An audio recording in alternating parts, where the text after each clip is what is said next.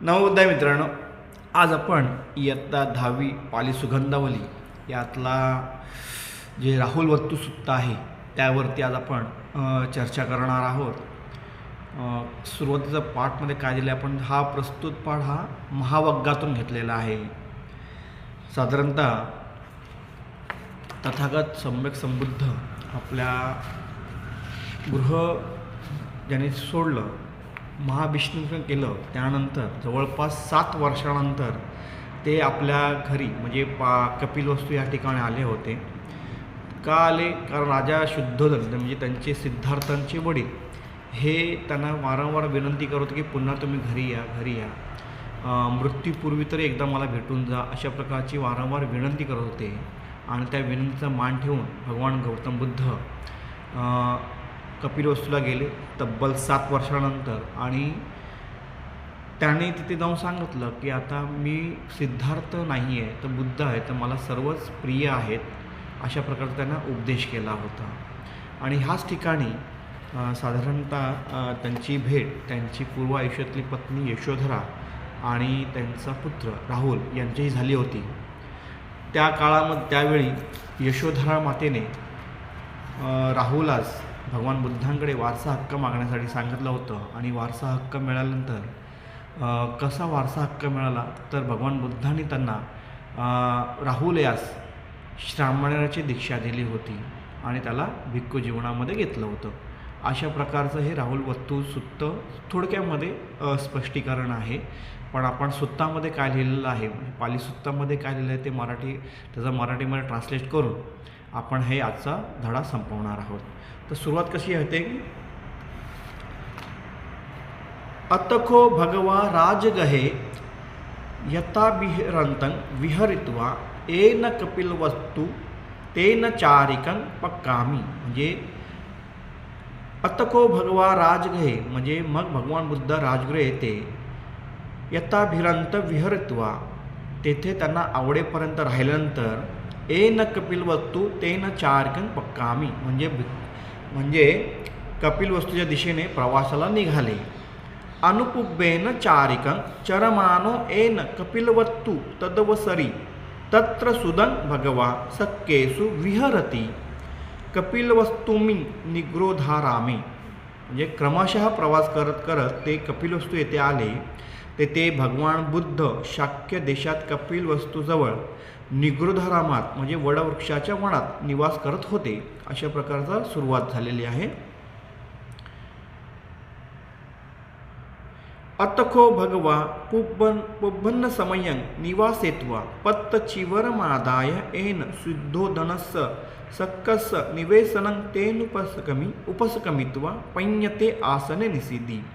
आणि पूर्ववेळेस भगवान बुद्ध आपले अंतर्वस्त्र परिधान करून भिक्षापात्र आणि चिवर घेऊन शाक्य शुद्धोदनाच्या म्हणजे त्यांच्या वडिलांच्या निवासस्थानी गेले. तेथे जाऊन त्यांच्यासाठी मांडलेल्या आसनावर ते बसले.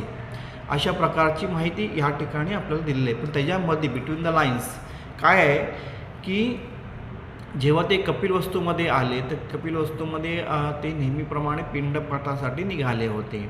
प्रत्येक घरी जाऊन ते पिंडपाठासाठी आपले म्हणजे एक प्रकारची भिक्षा पिंडपाठासाठी गेले. त्यावेळी शुद्धोधन राजाने त्याला जाऊन विचारलं की तू माझा का अपमान करत आहेस, तुला आपल्या घरी भेटणार नाही का? तेव्हा ते म्हणतात की तुमचा वंश वेगळा आणि माझा वंश वेगळा, तुमचा राजवंश आहे आणि माझा बुद्धवंश आहे, तर वेगळं कसं? तर ते सांगतात की बुद्धांची हीच दिनचर्या आहे की ते प्रत्येक घरी जाऊन त्यांनी पिंडपात केलं पाहिजे. मग त्यावेळी शुद्धोधन राजा त्यांना भगवान बुद्धांना आणि त्यांच्या भिक्खू संघाला भोजनासाठी आमंत्रित करतात. आणि ते आमंत्रणाचा स्वीकार करून भगवान बुद्ध शुद्धोधन राजाच्या घरी जातात. तो हा प्रसंग इथे सांगितलेला आहे की ते पूर्ववेळेस भगवान बुद्ध आपले संपूर्ण अंतर्वस्त्र परिधान करून भिक्षापात्र आणि विचीवर वरचे वस्त्र घेऊन शुद्धोधन राजाच्या घरी गेले आणि तिथे त्यांना ज्यांच्यासाठी मांडलेल्या आसनावर जाऊन ते बसले. अतखो राहुल माता देवी राहुलं कुमारं एतदवोच एसो ते राहुल पिता गच्छसु दायज्य याचाही ते. तेव्हा राहुलची आई असलेली राजकुमारी तरुण राहुलला म्हणाली, हे तुझे वडील आहेत राहुल, जा आणि त्यांच्याकडे तुझा वारसा माग. अशा प्रकारची म्हणजे मागणी त्यांनी तिथे केली. जेव्हा तुम्ही भगवान बुद्धांचा धम्म हा डॉक्टर बाबासाहेब आंबेडकर ग्रंथलिखित एक ग्रंथ वाचता, त्यामध्ये बाबासाहेब लिहितात की वयाच्या 16व्या वर्षी सिद्धार्थ गौतम व यशोधरा या दोघांचा विवाह झाला आणि वयाच्या 29व्या वर्षी राहुल याचा जन्म झाला. तर आणि त्याचवेळी काही कारणास्तव, आता इथे त्या कारणाचा उपयोग आपण चर्चा न केलेली बरी, कारण दुमत आहे त्याच्यामध्ये, त्यामुळे त्यावर चर्चा न करता काही कारणास्तव ह्यावरती मी विषयावरती पुन्हा काहीतरी एक स्वतंत्र व्हिडिओ करेल की त्यांनी गृहत्याग करण्याची कारणं कुठली होती. तर त्यांनी गृहत्याग केला आणि ते वनात जाऊन तपश्चर्या करू लागले. जवळपास 6 वर्ष ते तपश्चर्या करत होते, 6-7 वर्ष तपश्चर्या करत होते. आणि जेव्हा त्यांना ज्ञानप्राप्ती झाली आणि त्या ज्ञानप्राप्तीनंतर बुद्धत्व प्राप्ती झाल्यानंतर ते चारिका करत करत कपिलवस्तूमध्ये आलेले दुधान राजाच्या निमंत्रणावरून. आणि त्यावेळी त्यांची जी पत्नी होती यशोधरा, तिने राहुलला सांगितलं की हे तुझे वडील आहेत आणि तू जाऊन त्यांना तुझा वारसा हक्क माग, अशा प्रकारचा इथे सुतोवाच केलेला आहे. अतखो राहुलो कुमारो येन भगवा उपसकमित्वा भगवतो पुरतो 88 सुखाते समनं छायाती. तेव्हा तरुण राहुल भगवान बुद्ध जिथे होते तिथे गेला. त्यांच्याजवळ जाऊन तो भगवान बुद्धांसमोर उभा राहिला आणि म्हणाला, आपली सावली श्रमण सुखदायक आहे, सुखदायक ठिकाण आहे. सुखाते समनं छायाती, आपली सावली श्रमण सुखदायक ठिकाण आहे. अतको भगवा उठ्ठायसना पक्कामी. तेव्हा भगवान बुद्ध आपल्या आसनावर उठले आणि निघून गेले. अतको राहुल कुमारो भगवंतं पिठ्ठितो अनुबंधी दायज्यं मे समनं देही दायज्य मे समनं देहीती. आणि तरुण राहुल भगवान बुद्धांच्या मागे मागे गेला आणि म्हणाला, माझा वारसा मला द्या श्रमण, माझा वारसा मला द्या श्रमण. अतको भगवा आयस्मंतं सारीपुत्तं आमंतेसी तेनहि त्वं सारीपुत्तं राहुलं कुमारं पब्बाजेहिती. तेव्हा भगवान बुद्ध आदरणीय सारीपुत्त यांना म्हणाले, तर मग सारीपुत्त तरुण राहुलला प्रवज्या किंवा संन्यास दीक्षा द्या. कत आहं भन्ते राहुल कुमारं पब्बाजेसी. सारीपुत्त उत्तरले, म्हणजे म्हणाले, भगवान मी तरुण राहुलला प्रवज्या कशी देऊ. अतको भगवा एतस्मिन् निदाने एतस्मिन् पकरणे धम्मिं कथं कत्वा भिक्खू आमंतेसी. अनुजानामी भिक्कवे तिही शरणगमनेहि सामनेर पब्बजं. या कारणामुळे आणि या प्रसंगी भगवान बुद्ध धम्म प्रवचन दिल्यानंतर भिक्खूंना असे संबोधित म्हणाले, मी भिक्खूंनो त्रिशरण गमन करून श्रामणेरची प्रवज्या दीक्षा देण्याची परवानगी देतो. एकच्च पण भिक्कवे पब्बाजे तब्बो पठमं केसमस्सुं ओहारा पेत्वा कासायनी वत्थानी अच्छादापेत्वा एकंसं उत्तरासंघं कारापेत्वा भिक्खूनं पादे वंदापेत्वा उक्किटिकं निसादे पेत्वा अंजलि पग्गन्नः पेत्वा एवं वदेहिति वतत्तभो बुद्धं शरणं गच्छामि धम्मं शरणं गच्छामि संघं शरणं गच्छामि द्वितीयंपि बुद्धं शरणं गच्छामि धम्मं शरणं गच्छामि संघं शरणं गच्छामि तृतीयंपि बुद्धं शरणं गच्छामि धम्मं शरणं गच्छामि संघं शरणं गच्छामि. याचा अर्थ काय होतो, आणि ओ भिक्खूंनो तुम्ही अशा प्रकारे प्रवज्या दीक्षा दिली पाहिजे. प्रथम त्याचे केस आणि दाढी कापून घ्यावी, त्याला पिवळे वस्त्र म्हणजे काशाय वस्त्र परिधान करायला लावावे, त्याचे वरचे वस्त्र एका खांद्यावर व्यवस्थित करायला लावावे, भिक्खूंच्या चरणांना आपले मस्तक ठेवून वंदन करायला लावावे आणि त्याला उकडी वेळ बसायला लावावे. मग त्याला आपले जोडलेले हात वर उचलायला लावून असे म्हणा सांगावे, मी बुद्धां शरण जातो, मी धम्माला शरण जातो, मी संघाला शरण जातो. आणि दुसऱ्यांदा आणि तिसऱ्यांदा देखील असेच बोलावे अशा प्रकारे भगवान बुद्ध त्यांना याचना देतात, यांना भिक्खूंना परवानगी देतात किंवा सूचना देतात. तर ही आपण श्रामणेर दीक्षा सगळीकडे बघतो. बरेच ठिकाणी आज महाराष्ट्रामध्ये, महाराष्ट्राच्या बाहेर श्रामणेर दीक्षा होत असते. त्याच्यामध्ये स्पष्टपणे सांगितलं की तुम्हाला त्यांचे केस आणि दाढी जी काय आहे ते काढायलाच पाहिजे. आता आपण बऱ्याच ठिकाणी पाहतो, मी कुठल्याही आदरणीय भिक्खूंचा अनादर करू इच्छित नाही आहे, पण जे आपल्याला चित्र दिसतं त्यावरती मी फक्त बोलू इच्छितो की भगवान बुद्ध स्वतः सांगतात किंवा विनयामध्ये सांगितलेलं आहे की तुम्ही दाढी आणि केस ठेवू नये. तरी पण आज आपल्याला सोशल मीडियावरती बऱ्याच ठिकाणी अशा भिक्खूंची फोटो दिसतात की ते त्यांचं दाढी वाढलेली असेल अथवा केस वाढलेली आहेत. तर अशा प्रकारचा विनय बरेच भंतेजी, आदरणीय भंतेजी आहेत, त्यांचा फॉलो करत नसल्यामुळे आपल्याला तो चुकीचा माहिती भेटते. सोबत इथे सांगितलं आहे कसं बसावं, कसं बसून त्यांनी याचना करायला पाहिजे, कशा प्रकारे पुढे जाऊन. आता जेव्हा मी पहिल्यांदा झालो होतो, श्रामणेर झालो होतो, त्यावेळी माझे प्रथम धम्मगुरू आदरणीय मेहता धम्म होते. आज ते नाही आहेत, त्यांना सुगती प्राप्त हो यासाठी आज हा प्रसंगावर मला त्यांची आठवण झाली. त्यांच्याप्रती मी मंगलकामना व्यक्त करतो, त्यांना सुगती प्राप्त व्हावी यासाठी अनंत मंगलमैत्री व्यक्त करतो. तर त्याने आम्हाला सांगितलं होतं की कशाप्रकारे तुम्हाला बसलं पाहिजे, कशाप्रकारे तुम्ही याचना केली पाहिजे आणि कशाप्रकारे तुम्हाला बोललं पाहिजे. तर ह्या धार्मिक जीवनामध्ये म्हणजे बुद्धिझमच्या जीवनामध्ये त्यांनी मला पहिल्यांदा ओळख करून दिली. त्याबद्दल त्यांच्याप्रती मी कृतज्ञ व्यक्त करतो, कृतज्ञभाव व्यक्त करतो. हे तिथं सांगितलेलं आहे. श्रामणेरासाठी एकूण 75 नियम आहेत किंवा विनय आहेत, त्यांचं ते फॉलो केलं पाहिजे, हे इथे सांगितलेलं गेलेलं आहे. आपण मागच्या लेक्चरमध्ये पाहिलं होतं की आर्य मौन कसं पाळावं, कसं बोलावं, कसं राहावं हे आपण मागच्या लेक्चरमध्ये समजून घेतलं होतं. तेच त्यांना शिकवण पुढे जाऊन भेटते. तर श्रामणेरामधली पहिलं ते आहे. तर अनुजानामी भिक्कवे इमेहि तिहि शरणगमनेहि सामणेर पब्बजंती. मी भिक्खूंनो या त्रिशरण गमनाच्या घोषणेद्वारे श्रामणेर प्रवज्या दीक्षा घेण्याची परवानगी देतो.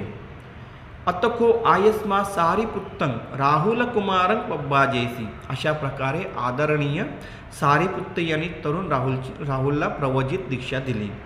अतको शुद्धोदनो सक्को एन भगवा उपसकमित्वा भगवंतं अभिवादित्वा एकमंतं निषिधी. तेव्हा शाक्य शुद्धोदन सक्को लिहिलं म्हणून शाक्य शुद्धोदन भगवान बुद्ध जिथे होते तिथे गेले, त्यांच्याजवळ जाऊन उपसकमित्वा भगवंतं अभिवादित्वा, त्यांच्याजवळ जाऊन आणि भगवान बुद्धांना आदरपूर्वक वंदन करून ते त्यांच्याजवळ बसले. एकमंतं निसिन्नोखो शुद्धोदनो सक्को भगवंतं एतदवोच एकाहं भन्ते भगवंतं वरं अयाचामी. जवळ बसलेले शाक्य शुद्धोदन भगवान बुद्धांना म्हणाले, भगवान बुद्धांना एक वर मागतो. अतिक्कंतवरा नो खो गौतम तथागताती. बुद्ध उत्तरले, गौतम तथागत वर देण्यापलीकडे आहेत. यंच भन्ते कप्पती यंच अनवज्जंती वदेही गौतमाती. म्हणजे शुद्धोदन महाराज म्हणाले, भगवान ही एक योग्य आणि आक्षेपार्ह नसलेली मागणी आहे. भगवान म्हणाले, हो बोला. वदेही गौतमाती. भगवती मे भन्ते पब्बजिते अनपक्कं दुःखं अहोसी तथा नंदे अभिनंतं राहुले. भगवान जेव्हा भगवान बुद्धांनी संन्यास घेतला तेव्हा मला खूप दुःख झाले, तसेच नंदानेही तेच केले तेव्हाही झाले. जेव्हा राहुलनेही तेच केले तेव्हा माझे दुःख खूप जास्त होते. पुत्तपेमं भन्ते छविं छिंदती छविं छेत्वा चम्मं छिंदती चम्मं छेत्वा मनसं छिंदती मनसं छेत्वा नारुं छिंदती नारुं छेत्वा अट्ठिं छिंदती अट्ठिं छेत्वा अट्ठिमिंजं आहच्य तिष्ठती. पुत्राचे प्रेम पुत्तपेमन, पुत्राचे प्रेम भगवान त्वचेत भेटते, त्वचेत भेदून ते चामडीत भेटते, चामडीत भेदून ते मांसात भेटते, स्नायूंमध्ये हाडांमध्ये, हाडांमधून भेदून ते अस्थिमज्जेपर्यंत पोचते आणि अस्थिमज्जेतच राहते. साधू म्हणते, अय्या अनुन्नयातं मातु पितुहि पुत्तं न पब्बाजेयुंती. कृपया भगवान, आई वडिलांच्या परवानगीशिवाय मुलाला प्रवज्या देऊ नये किंवा प्रवज्या दीक्षा देऊ नये. अतको भगवा शुद्धोदन सक्कं धम्या कथाय संदसेही समादपेसी समुत्तेजेसी संपहंसेसी. म्हणजे तेव्हा भगवान बुद्धांनी शाक्य शुद्धोधनाला धम्म कथेद्वारे समजावले, प्रेरित केले, उत्तेज केले आणि आनंदित केले. अतको शुद्धोदनो सक्को भगवता धम्मिया कथाय संदसीतो समादपीतो समुत्तेजेतु संपहिसो उत्थायासना भगवंतं अभिवादित्वा पदखिनं कत्वा पक्कामी. बुद्धांनी शुद्धोधनाला एक उपदेश देऊन सूचना दिली, प्रेरित केले आणि आनंदित केले. त्यानंतर शुद्धोधन आपल्या आसनावर उठले, वंदन केले, बुद्धांच्या उजव्या बाजूस ठेवून प्रदक्षिणा केले आणि निघून गेले. इथे दोन गोष्टी लक्षात घ्या की ह्या ठिकाणी दोन गोष्टी आलेल्या आहेत. पहिली आहे की जेव्हा भगवान बुद्धांनी सारीपुत्रांना सांगितलं की तुम्ही राहुलाला श्रामण्य दीक्षा द्या, तर सारीपुत्रांनी त्यांना विचारलं की भगवान कशा प्रकारे द्यायची, कारण ह्यापूर्वी श्रामण्य दीक्षा कधी झालीच नव्हती. सगळ्यात लहान दीक्षा म्हणजे भगवान बुद्धांनी सर्वांना येही भिक्खवे म्हणून त्यांना उपजित केलं होतं किंवा प्रवजित केलं होतं, उपसंपदित केलं होतं. पण श्रामणेर म्हणून आतापर्यंत कोण झालं, त्या काळापर्यंत कोण झालं नव्हतं. सगळ्यात पहिल्यांदा लहान वयामध्ये झालेला श्रामणेर जर कोण असेल तर राहुल आहे, हे नोटेड डाऊन करा. दुसरी गोष्ट आहे की शुद्धोधन राजाने विनंती केली की अशा प्रकारचं तुम्ही कुठल्याही प्रकारे आई वडिलांच्या परवानगीशिवाय कोणालाही श्रामण्य दीक्षा देऊ नये किंवा भिक्खू प्रवचित करू नये. ही दुसरी गोष्ट इथे महत्त्वाची आहे. पुढे जाऊन ह्याच ठिकाणी आपल्याला एक सूत्र अजून भेटतं. जेव्हा तुम्ही भगवान बुद्धांचं म्हणजे रिसाईट करता विहारांमध्ये, त्या विहारांमध्ये एक सूत्र असतं, ते नरसिंह गाथा तुम्ही म्हणता. त्या नरसिंह गाथेमध्ये माझ्या अल्पबुद्धीनुसार की ही नरसिंह गाथा ह्या ठिकाणी निर्माण झालेली असेल असं मला वाटतं. कारण ह्या ठिकाणी यशोधरा माता आपल्या राहुलाला समजावून सांगतात आहेत की तुझे वडील हे अशा प्रकारचे आहेत, अशा प्रकारे आहेत, हे तिला समजून सांगताना ही गाथा तिथे म्हटली गेलेली आहे असं मला वाटतं. राहुलासाठी उत्तेजित करण्यासाठी. कारण राहुलाने त्याच्या वडिलांना पाहिलंच नव्हतं. जेव्हा तो 5 ते 7 दिवसांचा असताना भगवान सिद्धार्थ गौतमाने गृहत्याग केला आणि जवळपास 7 वर्षानंतर ते त्या ठिकाणी परत आले होते. तोपर्यंत राहुलाला माहीतच नव्हतं की अशा प्रकारचे श्रमण माझे पिता आहेत. ते शुद्धोधन राजालाच आपले पिता म्हणत होते किंवा त्यांना तात म्हणत असेल. पण जेव्हा श्रमण गौतम आले तर त्यांचं वर्णन यशोधरा मातेने आपल्या राहुलाला करून दिलं आणि ते नरसिंह गाथा त्या ठिकाणी निर्माण झाली. अशा प्रकारचं माझं अल्पबुद्धीनं मला असं वाटतं. खरं खोटं काय असेल ते आपण अभ्यासानंतर फायनल करूया. पण त्याच्यामध्ये भगवान बुद्धांचं वर्णन आलं आणि त्या वर्णनाच्या अनुसरण पुढे जाऊन तुम्ही जी बुद्ध मूर्ती पाहता किंवा बुद्धरूप पाहता त्याची निर्मिती झाली. त्याच्यामध्ये भगवान बुद्धांची 32 लक्षणांचं संपूर्ण वर्णन केलेलं आहे. तर पुढे जाऊन अतको भगवा एतस्मिन् निदाने एतस्मिन् प्रकरणे धम्मी कथं कत्वा भिक्खू आमंतेसी न भिक्खवे अनुनयातो मातु पितुहि पुत्तो पब्बाजेतबो यो पब्बाजेय आपत्ती दुःखटस्साती. म्हणजे थोड्याच वेळात बुद्धांनी उपदेश दिला आणि भिक्खूंना संबोधित केले, तुम्ही आई वडिलांच्या परवानगीशिवाय मुलाला प्रवज्या देऊ नये. जर तुम्ही दिली तर तुम्ही दुःखट गैरवर्तनाचा अपराध करता. म्हणजे इथे अजून एक विनयाची निर्मिती झाली. आई वडिलांच्या परवानगीशिवाय कोणालाही तुम्ही प्रवजित करू नये अशा प्रकारचा विनय इथे निर्माण झालेला आहे. कोणाच्या सांगण्यावर झाला म्हणजे कोणाच्या विनंतीवरून झाला तर शुद्धोधन राजाचा. हे लक्षात ठेवायचं आहे. अतको भगवा कपिलवस्तुमी यथाभिरंतं विहरित्वा येन सावत्थीं तेन चारिकं पक्कामी अनुपुब्बेन चारिकं चरमानो येन सावत्थी तदवसरिं तत्र सुदं भगवा सावथ्यं विहरति जेतवने अनाथपिंडिकस्य आरामे. कपिलवस्तूमध्ये त्यांना हवे तितके दिवस राहिल्यानंतर बुद्ध श्रावस्तीच्या दिशेने प्रवासाला निघाले. जेव्हा ते अखेरीस श्रावस्तीला पोहोचले तेव्हा ते जेतवनात अनाथपिंडिकाच्या मठात म्हणजे आश्रमात थांबले. तेन खोपन समयेन आयस्मतो सारिपुत्तस उपठाक कुलं आकस्मतो सारिपुत्तस संतिके दारकं पायसी इमं दारकं थेरू पब्बा जेतूती. यावेळी आदरणीय सारिपुत्त त्यांच्याजवळ सारिपुत्त यांच्यावर उपकार करणारे एक कुटुंब आदरणीय सारिपुत्त यांच्याकडे एक मुलगा घेऊन आले आणि संदेश दिला, कृपया या मुलाला सविरानी प्रवजा द्यावी. या पुढची कथा ही आहे की जेव्हा ते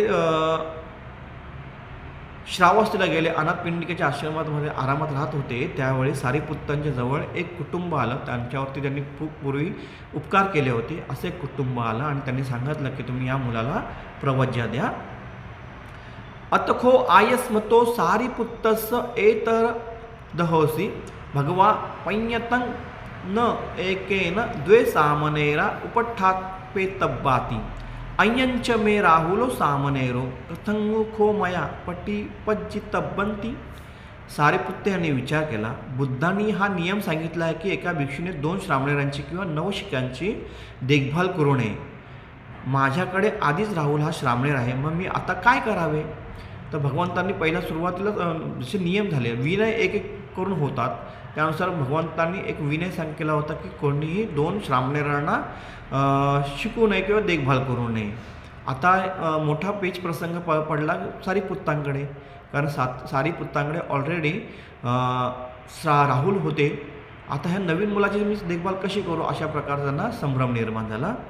भगवतो एतमंतं आरोचेसी अनुजानामि भिक्कवे व्यत्येन भिक्खुना पट्टिपपेन एकत द्वे सामनेर उपठापेतुं यावत केवापन उत्सहती ओवदितुं अनुशासितुं तावत के उपठापेतुंती. मी एका सक्षम आणि समर्थ भिक्षूला 2 श्रामणेर भिक्षूंची देखभाल करण्याची परवानगी देतो किंवा त्याला शिकवण्यास आणि मार्गदर्शन करण्यास जेवढे शक्य असेल तेवढ्यांची. ह्या ठिकाणी अजून एक नियम, अजून एक विनय निर्माण झाला. बघा, एका गोष्टीमध्ये किती विनय 2 निर्माण झाले. ह्या गोष्टीमध्ये तुम्हाला समजलं की आज आपण श्रामणेरांची दीक्षा पाहतो, त्यावेळी काही ठिकाणी 10 असतात, काही ठिकाणी 15 असतात, काही ठिकाणी 30 असतात किंवा 100 असतात. अशा प्रकारे संख्या कमी जास्त होऊ शकते. भगवान बुद्धांनी त्यावेळी विनय केला होता की तुम्ही फक्त 2 श्रामणेरांची सांभाळ करायचा. प्रसंग निर्माण झाला सारिपुत्तांचा. सारिपुत्तांनी त्यांना प्रश्न निर्माण केला, आता मी काय करू. तर तेव्हा भगवंतांनी विनयामध्ये अजून सुधारणा करून सांगितलं की तुम्ही 2 पेक्षा अधिक किंवा त्याच्यापेक्षा जास्त लोकांशी तुम्ही त्यांचं अध्यापन करू शकता. अध्यापन म्हणजे त्यांचं शिक्षक होऊ शकता, त्यांची देखभाल करू शकता. म्हणून आज आपण आजच्या ह्या युगामध्ये 2025पर्यंत पाहतो की एक धम्मनायक असतात आणि धम्मसंघनायक असतात आणि त्यांच्या हाताखाली बरेचसे श्रामणेर असतात. तर या विनयाची सुरुवात भगवान बुद्धांनी त्यावेळी केली होती. सारिपुत्तांचा प्रसंग आल्यामुळे त्यांनी झाला. तर आजच्या धड्यामध्ये आपण काय काय शिकलो, तर पहिला शिकलो असेल की सगळ्यात पहिल्यांदा लहान वयामध्ये झालेला श्रामणेर म्हणजे राहुल. नंबर 2, नरसिंहगाथेची रचना ह्या ठिकाणी झाली असं माझं वैयक्तिक मत आहे. नंबर 2. नंबर 3, सिद्धोधन राजांनी भगवंतांना विनंती केली किंवा वर मागितला असं म्हणू की आई वडिलांच्या परवानगीशिवाय कोणालाही तुम्ही प्रवजा देऊ नका. त्यासाठी हा 3रा विनय बनला. 4थी गोष्ट आपण एक जरा व्यवस्थित लक्ष दिली तर भगवंतांना त्यांनी काय केलं की बुद्धांच्या उजव्या बाजूस ठेवून प्रदक्षिणा केल्याने निघून गेले. म्हणजे त्यावेळी अशी रीत होती की भगवान बुद्धांना प्रदक्षिणा घालायची आणि निघून जायचं. आजही आपण बऱ्याच ठिकाणी पाहतो किंवा आज आपण बोधिवृक्षाकडे बघतो की तेव्हा आपण त्याला प्रदक्षिणा घालतो कधी कधी. हे बोधिरूप म्हणजे एक प्रतीक आहे. बोधिवृक्ष हा प्रतीक आहे, तेव्हा आपण त्यांना कधी कधी प्रदक्षिणा घालतो. त्याचं प्रतिक्रांतीचं रूप कसं झालं असेल ते मला सांगता येणार नाही, पण मला असा अंदाज आहे की आज आपण जे पाहतो वडाभोवती फेरी मारणे किंवा कुठल्या तसल्या तत्सम झाडापुढे फेरी मारणे, हे त्यावेळेपासून आतापर्यंत निर्माण झालेले सुद्धा. कारण आनंद बोधिवृक्ष आपण जर बघतो म्हणजे आनंद वृक्ष आहे,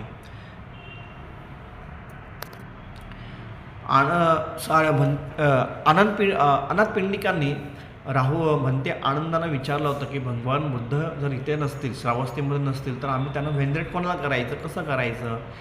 त्यावेळी माझी ही गोष्ट पण मागे माझ्या एका पोस्टमध्ये लिहिलेली आहे. तर भगवान बुद्धांनी सांगितलं की 4 ठिकाण म्हणजे जर ते उपस्थित नसतील तर बोधिवृक्ष आहे, त्यांना तुम्ही जो बोधिवृक्ष गळेला आहे तो इथे तुम्ही आणा आणि त्याला जतन करा आणि त्याला तुम्ही वेंद्रेट करू शकता, प्रणाम करू शकता, वंदन करू शकता. अशा प्रकारची आपल्याला त्रिपिटकामध्ये माहिती भेटते. तर त्यावेळी अनाथ पिंडिकांनी ती बोधिवृक्षाची फांदी ते आणली होती आणि भंते आनंद यांच्या हस्ते ते लावण्यात आली आणि भगवान बुद्धांनी तिथे परित्राण घेतला होता. जेव्हा जेव्हा भगवान बुद्ध श्रावस्तीत नसतील, ज्यावेळी नसतील त्यावेळी श्रावस्तीचे जनसमुदाय तिथे येऊन त्या बोधिवृक्षाला प्रणाम करायचा, वंदन करायचा. अशा प्रकारची संस्कृती त्यावेळी निर्माण झाली, म्हणजे सुरू झाली होती. ती आजही आहे, फक्त त्याचं रूप बदललेलं आहे. काहीतरी चेंज झालं, म्हणजे काळानुसार चेंजेस झालेला आहे. पण ही पद्धत होती ते आपल्याला इथं दिसते की भगवान बुद्धांना त्यांच्या उजव्या बाजूला ठेवून त्यांनी प्रदक्षिण केली, हे प्रदक्षिणे सांगितलं.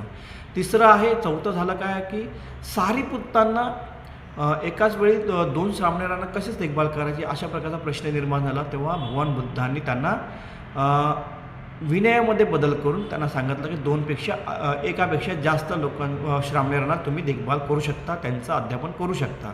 अशा प्रकारची ह्या राहुल वस्तूमध्ये आपल्याला माहिती एका सुत्तामधून ह्या वेगवेगळ्या माहिती भेटल्या, सापडल्या किंवा मिळाल्या असं म्हणू शकतो. तर आजचं लेक्चर आपण जास्त काही वाढवणार नाही आहे, कारण जेवढं पुस्तकामध्ये लिहिलं तेवढ्यावरतीच आपण चर्चा करतो आहे. फक्त थोडीफार इतर थोडी माहिती विद्यार्थ्यांना माहिती असली पाहिजे, जो आपले व्हिडिओ पाहतात त्यांना माहिती असली पाहिजे, म्हणून ही इतर माहिती देण्याचा मी प्रयत्न केला. आय होप आपल्याला आजची माहिती समजली असेल, आवडली असेल असं मी गृहीत धरतो. आणि आपण इथे सर्व इथे आलात त्याबद्दल आपल्या सर्वांच्या मनपूर्वक आभार मानतो. आणि हे लेक्चर आपल्याला म्हणजे कृपया आपण आपल्या कमेंटमध्ये नक्की सांगा की आजची माहिती आपल्याला कशी वाटली. आणि आपण जर इथे ह्या चॅनलवरती नवीन असाल तर चॅनल लाईक करा, शेअर करा आणि चॅनल सबस्क्राईब करायला विसरू नका. आणि सगळ्यात महत्त्वाचं, आजचं लेक्चर आपल्याला कसं वाटलं हे नक्कीच मला जरूर कळवून सांगा. प्रत्यक्ष सांगायला तरी चालेल किंवा जास्तीत जास्त कमेंट करून सांगाल तरीही मला आवडेल. आपल्या कमेंटची मी वाट पाहत आहे. आपल्या सर्वांच्या प्रती मंगलमैत्री व्यक्त करून इथेच थांबतो आणि आपल्या सर्वांना भावी आयुष्य उज्ज्वल जावं अशा प्रकारची मंगलमैत्री व्यक्त करतो. इथेच थांबतो. नवोधाय.